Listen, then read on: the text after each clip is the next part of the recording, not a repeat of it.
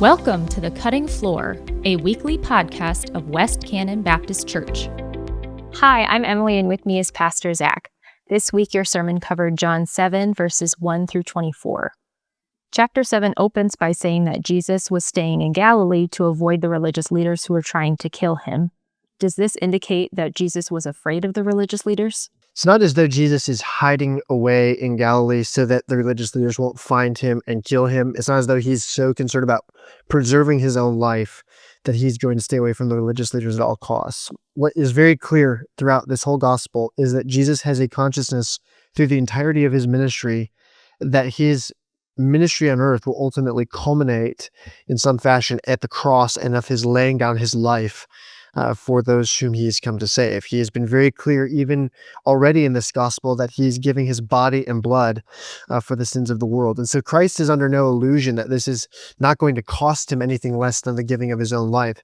And therefore, we shouldn't read this as though Christ is afraid of his impending death and is seeking to avoid the cross. Rather, we need to read this in light of the narrative structure of chapter 7 and the emphasis that Jesus continues to place on his appointed time, that there is a time appointed for him to suffer according to the will of the Father at the upcoming Passover, but that time is not yet now. So it would be inappropriate for him to have a confrontation with the religious leaders that would lead to his death at the Feast of Booths, because that is not the sequence of time that the Father has decreed, nor would it align and fulfill with the Old Testament expectations that ultimately culminate in Passover, and Christ is the great and final Passover lamb. So all of that is necessary for the sake of why Christ is seeking to avoid this climactic final confrontation with the religious leaders. There will be more confrontations with the religious leaders. We see that even in our passage.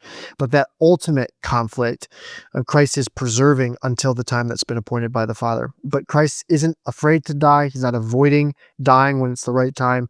As he says elsewhere, he lays his own life down. So he's doing it voluntarily. But he wants to do it at the time that is appointed by the Father, and perfect obedience is proper to the divine Son. This passage references Jesus' brothers several times. Do we know what happens to his brothers? So we see these brothers who not only come and really seek to tempt and even kind of mock Jesus by acting as though if you were able to do the things and be the person you claim to be, you would have no trouble going up and showing the world who you are. But then we're told even further, not even his own brothers believed in him. So among all the people who are rejecting Jesus and turning away from him, his brothers should be included in that number.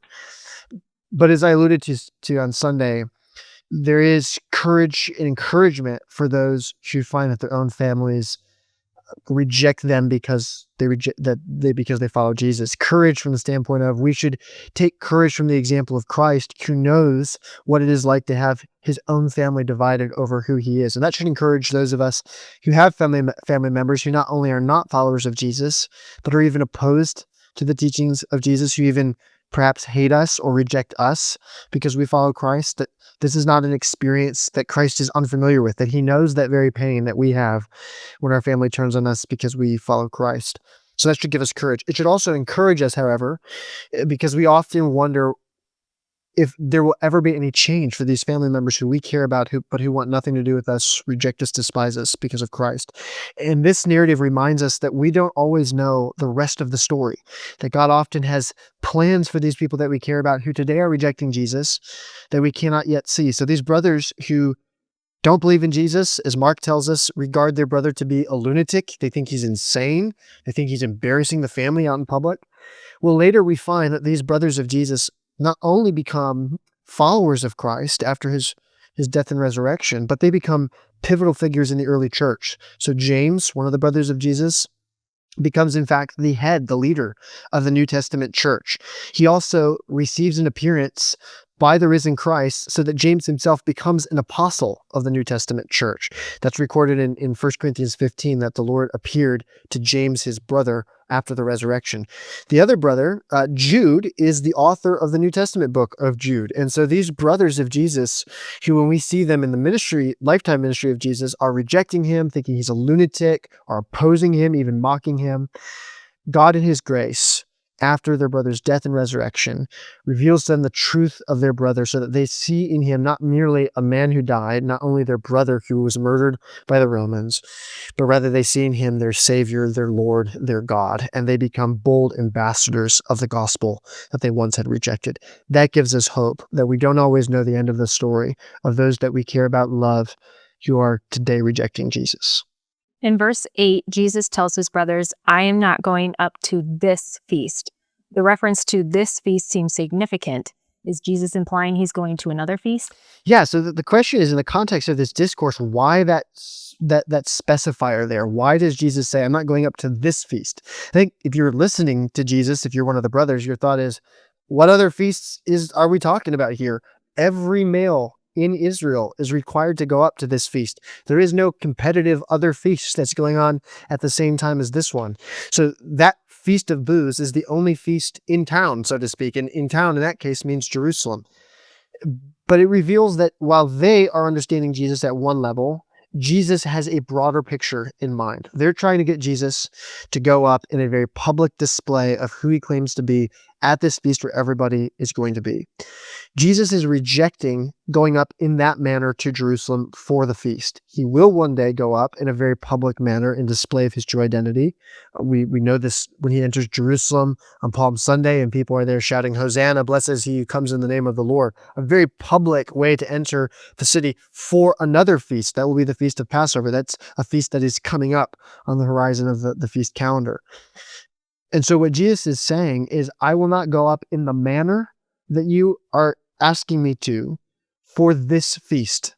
There will be a feast that is upcoming that I will go up in a very public display of my identity.